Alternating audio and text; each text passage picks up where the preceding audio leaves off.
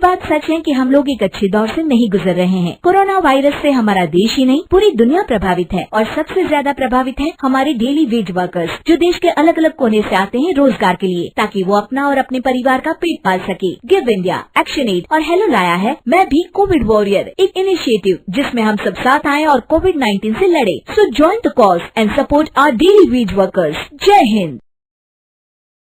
जब बहू ने खा ली हंसने वाली दवा। किशनगढ़ गांव में कीर्ति अपने बेटे दिवाकर और बहू अंशु के साथ रहा करती थी। तीनों बहुत ही हंसी खुशी अपना जीवन व्यतीत कर रहे होते हैं। अरे बहू, आज खाना मैं बना देती हूँ। नहीं माँ जी, आप क्यों तकलीफ कर रही हैं? आप आराम कीजिए, खाना मैं ही बनाऊंगी। कितनी अच्छी बहू मिली है मुझे, भगवान ऐसी बहू सबको दे। सब कुछ ठीक चल रहा होता है कि एक दिन गलती से अंशु हंसने वाली दवा खा लेती है। बस उस दिन से सब कुछ बदल जाता है। अरे बहू, मेरे घुटनों में बहुत दर्द हो रहा है, जरा बाम तो दे दे। अरे बाम लगा कर क्या करोगी माँ जी?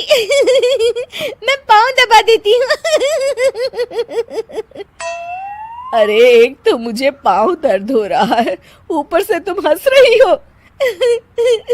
आई एम सॉरी माँ जी। अरे फिर से हंस रही है, जा तू मेरे कमरे से, मुझे तुझसे बात नहीं करनी। हे भगवान, ये क्या हो गया? अब माँ जी क्या सोचेगी? 2 दिन बाद कीर्ति घर में किटी पार्टी रखती है।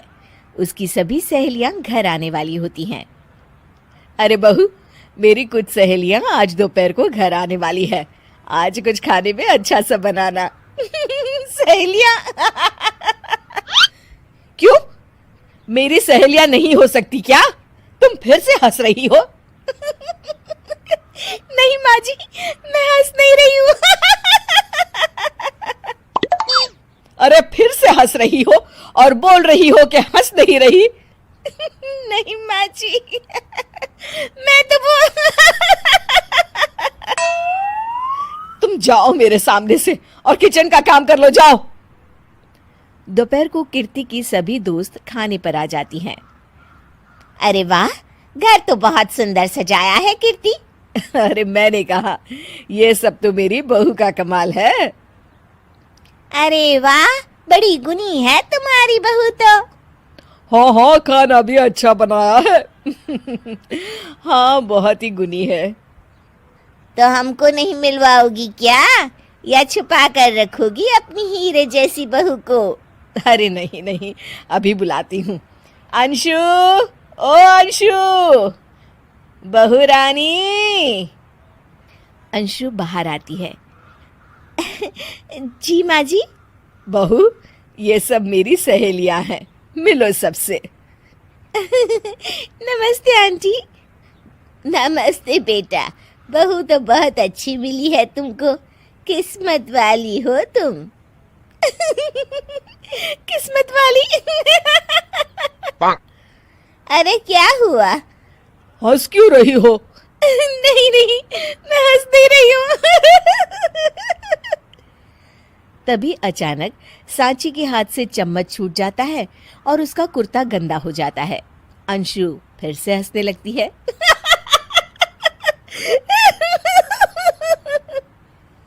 इधर सब सहेलियां गुस्सा होकर चली जाती हैं। कीर्ति भी नाराज होकर अपने कमरे में चली जाती है। हे भगवान, ये मैंने क्या कर डाला? इस तरह से तो माँ जी और उनकी सहेलियां नाराज हो गई।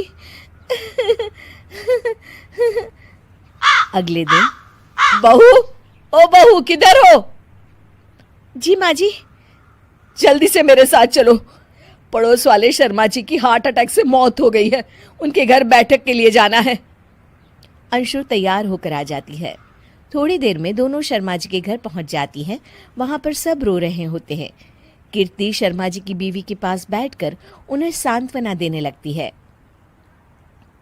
बड़े अच्छे इंसान थे मेरे पति। अच्छा। तुम हंस क्यों रही हो? वो अच्छे थे। हाँ हाँ, बहुत अच्छे थे अंकल। अरे अंशु, हंस मत। माँ जी, मैं हंस नहीं रही। मैं तो आंटी जी को बस दिलासा दे रही थी। सब औरतें अंशु की इस हरकत से हैरान हो जाती हैं। कीर्ति भी बहुत शर्मिंदा होती है और वो अंशु को लेकर फटाफट घर लौट आती है। अंशु, क्या हो गया है तुझे? हंस क्यों रही थी तू वहां पर? नहीं बाजी, मैं तो बस अरे तो फिर से हंस दी। जा तू अपने कमरे में, मुझे तो तुझसे बात ही नहीं करनी। मेरा बेटा ही तुझसे बात करेगा अब। रात को जब दिवाकर घर लौट आता है तो कीर्ति दिवाकर को सब कुछ बताती है।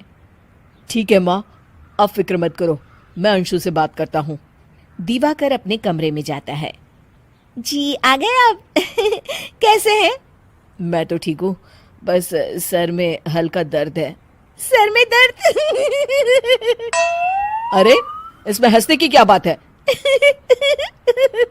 नहीं, मैं हंस नहीं रही हूँ। मुझे तो फिक्र हो रही है आपकी। एक तो मेरे सर में दर्द है, ऊपर से तुम हंस रही हो। अरे कैसे समझाऊं मैं आपको? मैं हंस नहीं रही। अंशु, तुम इस घर से चली जाओ।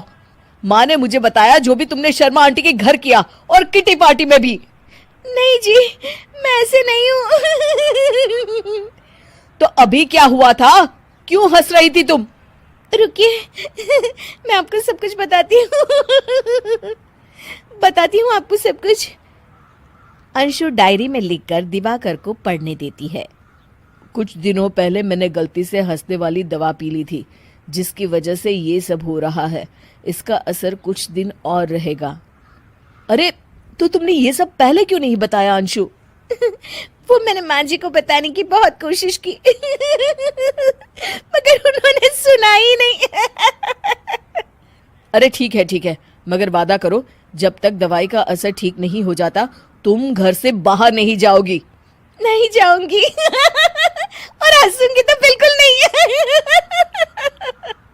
लो, तुम तो फिर से हंस दी।